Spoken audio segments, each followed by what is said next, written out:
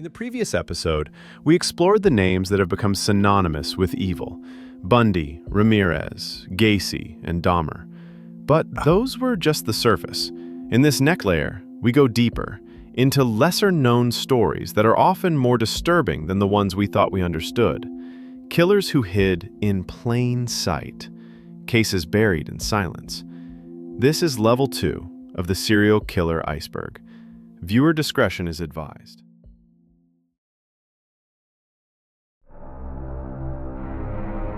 Surface.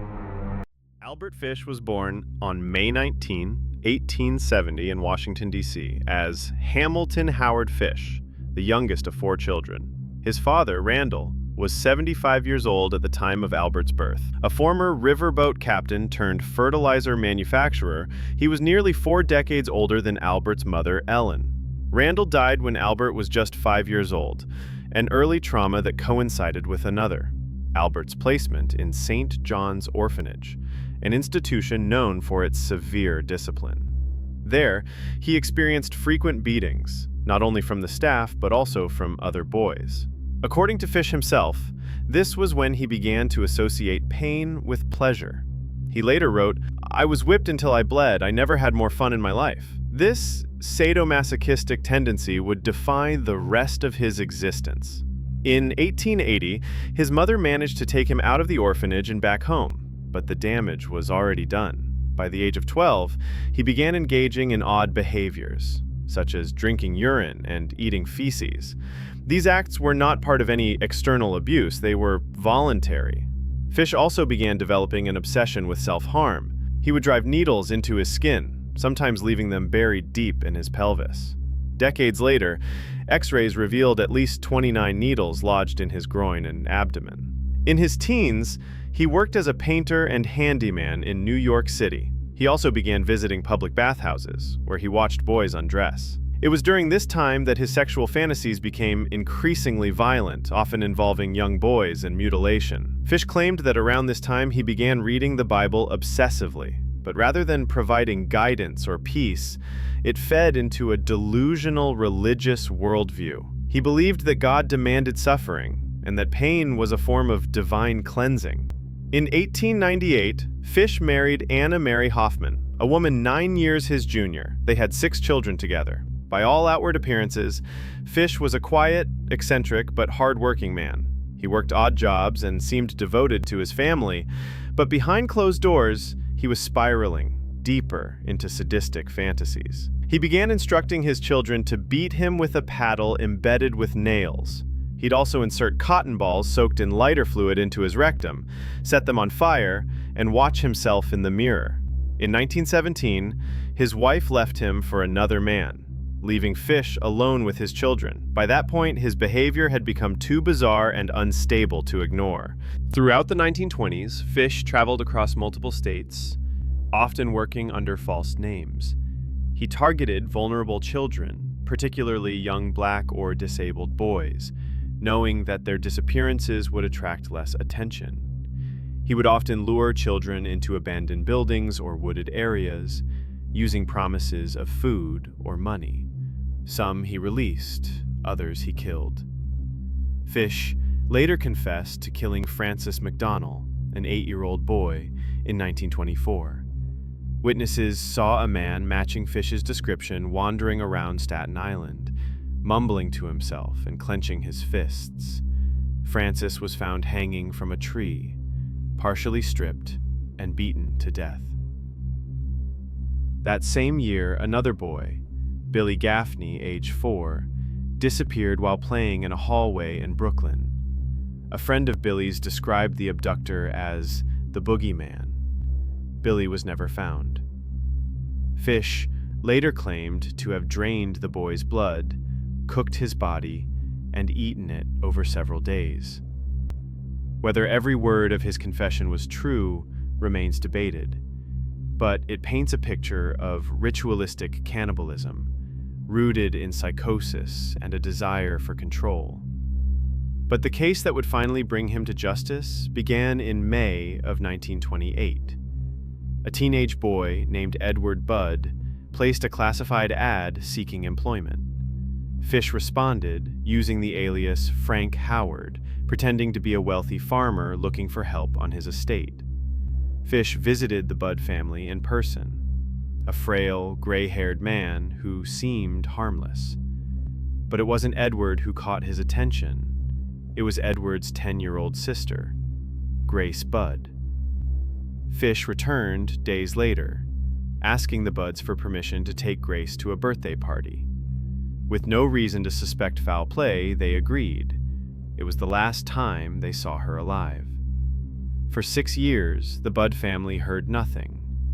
Then, in 1934, Grace's mother received a handwritten letter. The content was horrific. Fish described luring Grace to an abandoned house, choking her to death, and dismembering her. He claimed to have cooked and eaten parts of her body, notably her buttocks, which he roasted in an oven. He ended the letter with a statement that he did not rape her, insisting that it never entered his mind. The envelope Fish used had a distinctive emblem from a Manhattan lodging house.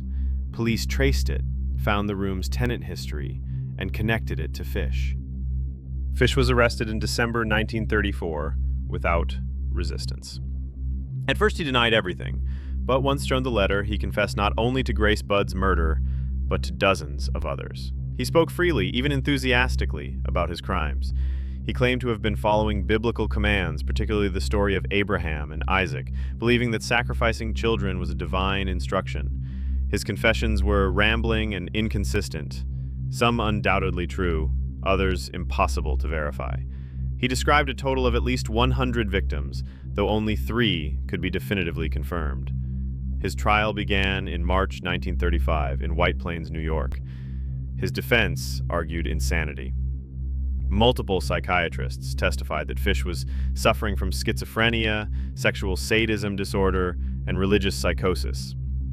But the prosecution countered that Fish's crimes were deliberate and premeditated. They pointed to the fact that he carefully used aliases, destroyed evidence, and maintained a coherent life. The jury deliberated for 10 days. Though they accepted that Fish was insane, they ruled that he was legally sane and responsible for his actions. He was sentenced to death. On January 16, 1936, Albert Fish was executed in the electric chair at Sing Sing prison. According to some accounts, the execution was difficult due to the metal needles embedded in his body, which supposedly interfered with the current. However, this is likely an urban legend. His final words were reported as, "I don't even know why I'm here." He was 65 years old. Albert Fish remains one of the most disturbing figures in the history of American crime, not because of the number of his victims, but because of the nature of his crimes. Cannibalism, religious delusion, self-mutilation. His case forces us to confront something darker than violence, the question of what happens when faith, fantasy, and madness collide.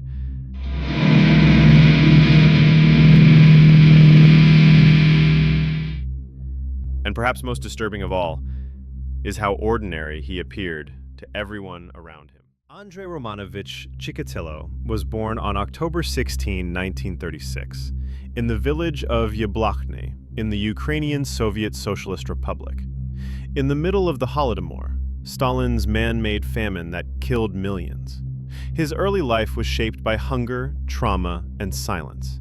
His father was conscripted into the Red Army during World War II and later captured by the Germans, something the Soviet Union viewed as treason. As a result, the family was shunned and ostracized. At home, things were no better. Chikatilo's mother repeatedly told him that his older brother had been kidnapped and eaten by starving neighbors during the famine. Whether this was true remains unknown, but the psychological imprint was deep. As a child, Chikatilo was quiet, nervous, and severely bullied. He suffered from enuresis, bedwetting, well into his teens, which triggered beatings from his mother. He also developed severe sexual dysfunction, specifically impotence, which became a lifelong source of shame and frustration. Despite his academic success, especially in literature and history, he was socially isolated. He idolized authority and structure, perhaps in an attempt to find control in a life defined by humiliation. In the 1970s, he worked as a schoolteacher in Rostov and other Soviet cities. He was repeatedly accused of molesting students, but rather than reporting him, the Soviet system quietly reassigned him. It was easier to protect the reputation of the party than to investigate abuse. Chikatilo married and had 2 children. The marriage was distant and emotionless, and according to his wife, their sexual life was mechanical. He continued to struggle with impotence, except when violence was involved. In 1978, he committed his first known murder. He lured 9-year-old Yelena Zakotnova to a house he had just rented, under the pretense of giving her candy. There, he attempted intercourse and failed. In a frenzy of humiliation and rage, he stabbed her multiple times and drowned her body in a nearby river. A man named Alexander Kravchenko, who had a prior conviction for rape, was arrested and wrongfully executed for the crime. Andrei Chikatilo had gotten away, and he knew it. Over the next 12 years, he would go on to kill at least 52 people, possibly more. His victims were mostly children, teenagers, and young women, often from vulnerable or marginalized groups. Runaways, the homeless, sex workers, orphans. His modus operandi was terrifyingly consistent. He would travel to train stations across Russia and Ukraine, searching for victims. Once targeted, he'd lure them into nearby forests or abandoned buildings with offers of food, help, or money.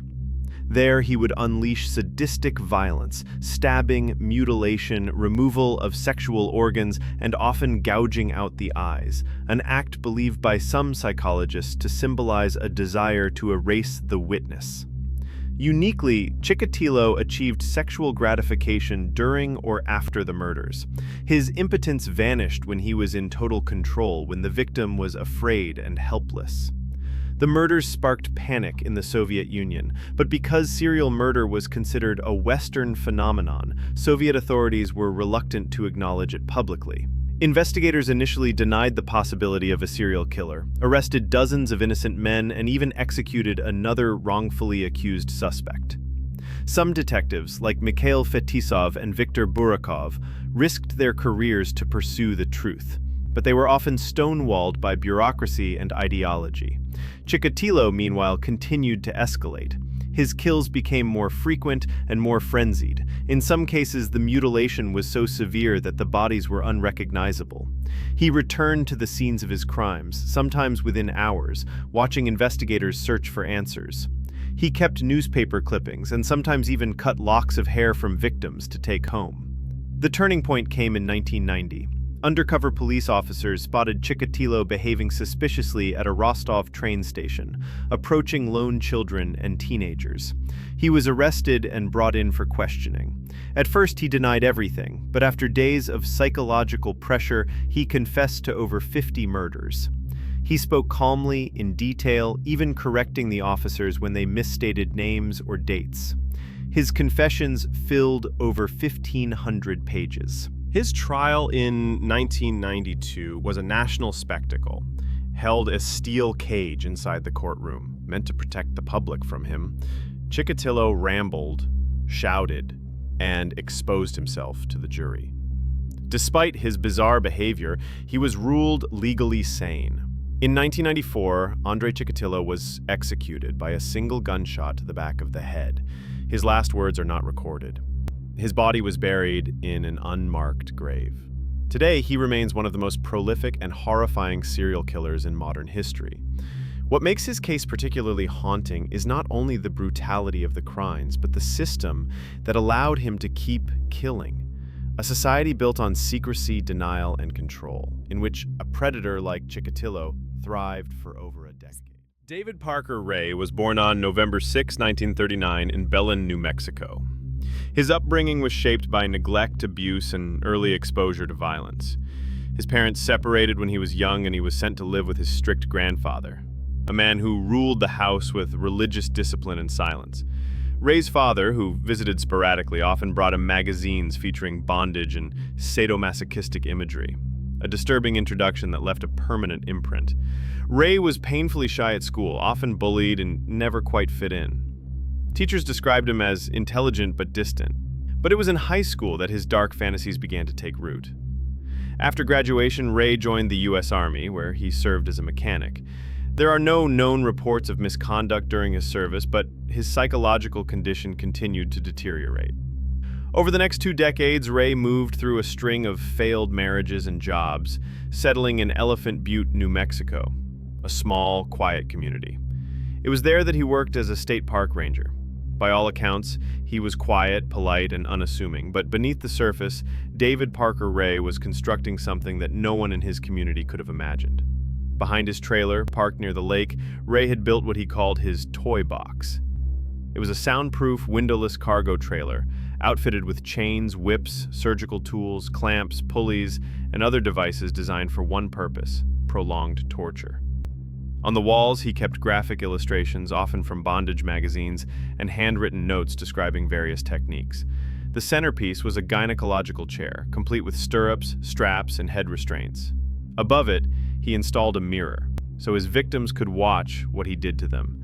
According to his own confessions, Ray abducted countless women over the years. Some estimates range from 14 to over 60, although only a few were ever conclusively identified. His method was chillingly consistent. He and his accomplices, including his girlfriend Cindy Hendy and occasionally his daughter, would target women who were marginalized or vulnerable: sex workers, drifters, addicts. Once abducted, they were brought to the toy box, where Ray would play a pre-recorded audio tape describing what would happen to them. The tape began with the words, "Hello there, bitch. Are you comfortable right now? I doubt it." Victims were stripped, drugged with barbiturates, and restrained. Ray would subject them to hours or days of psychological and physical torture, often involving electrical shocks, rape, and surgical mutilation.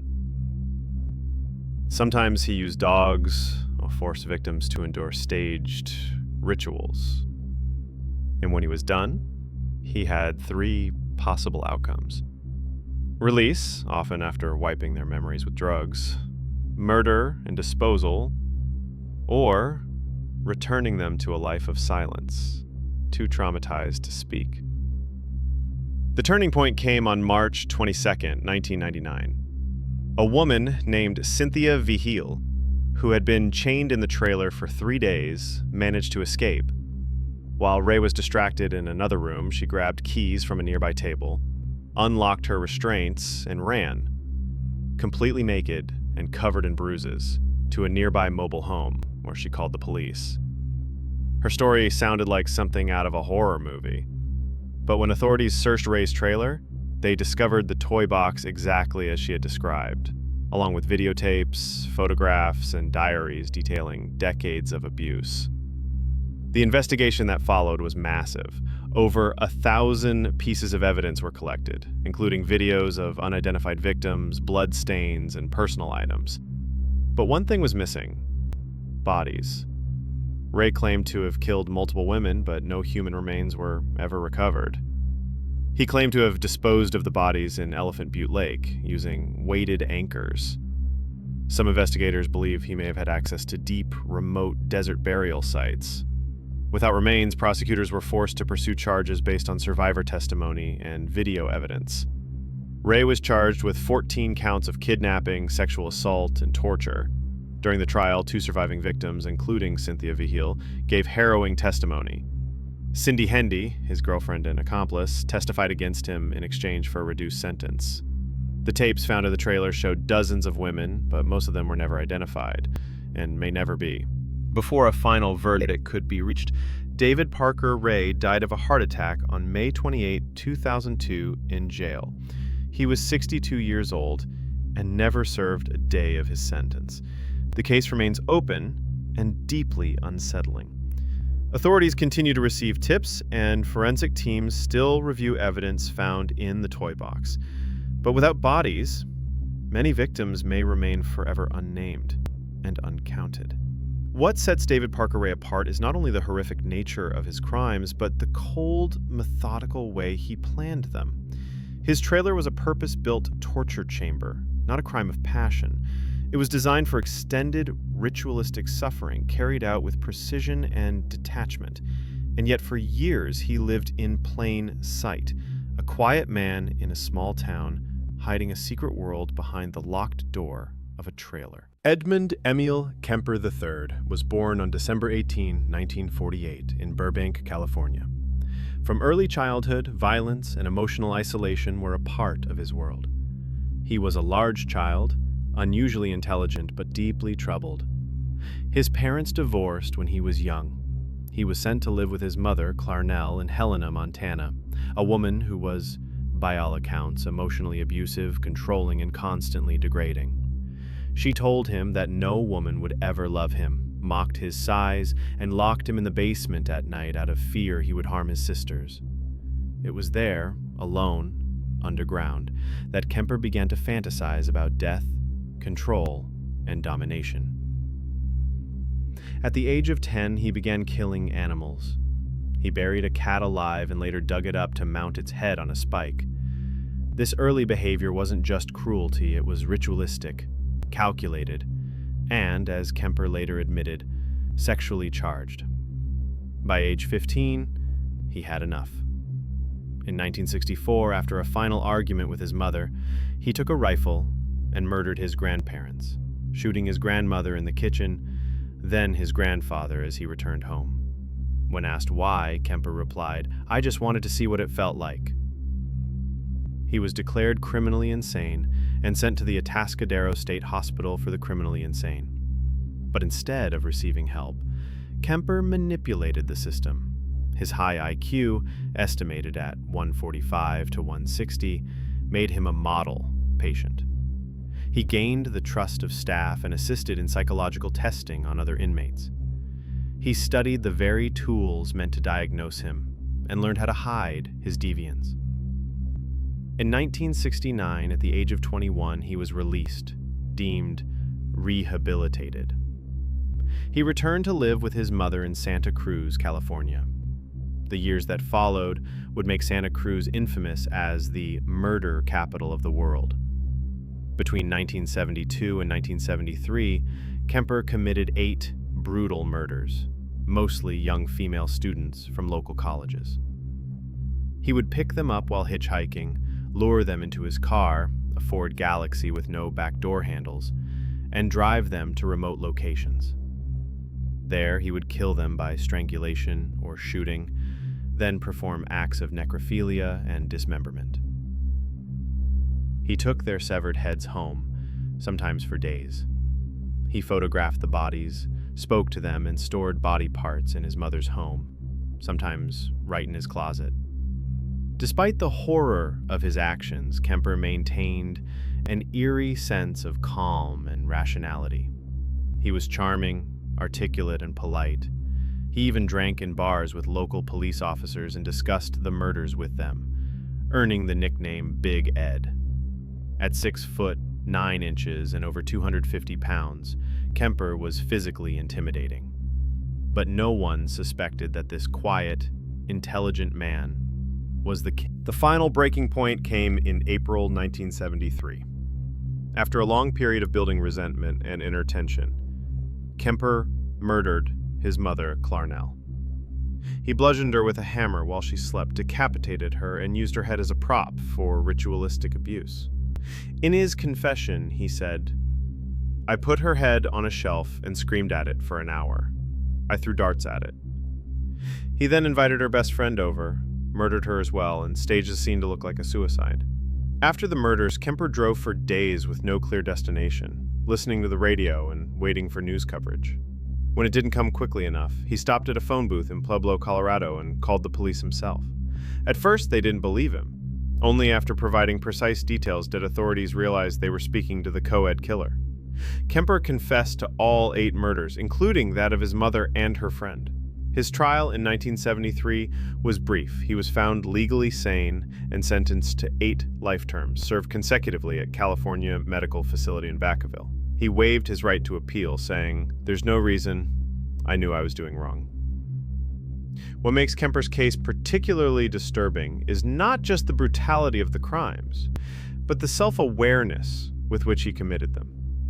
He has spoken openly and intelligently about his motivations, emotions, and fantasies, making him one of the most studied serial killers in psychological and criminal profiling. In fact, Kemper later volunteered to be interviewed by the FBI, helping agents like John Douglas and Robert Ressler develop the early framework for behavioral profiling, the same system used to catch other serial killers in the decades that followed. To this day, Edmund Kemper remains incarcerated. Now in his 70s, he is considered a model inmate, courteous, cooperative, and even recording audiobooks for the blind. But behind the calm voice and thoughtful expression lies a man who committed some of the most heinous acts imaginable, motivated by a lifetime of rejection, anger, and an overwhelming need for control.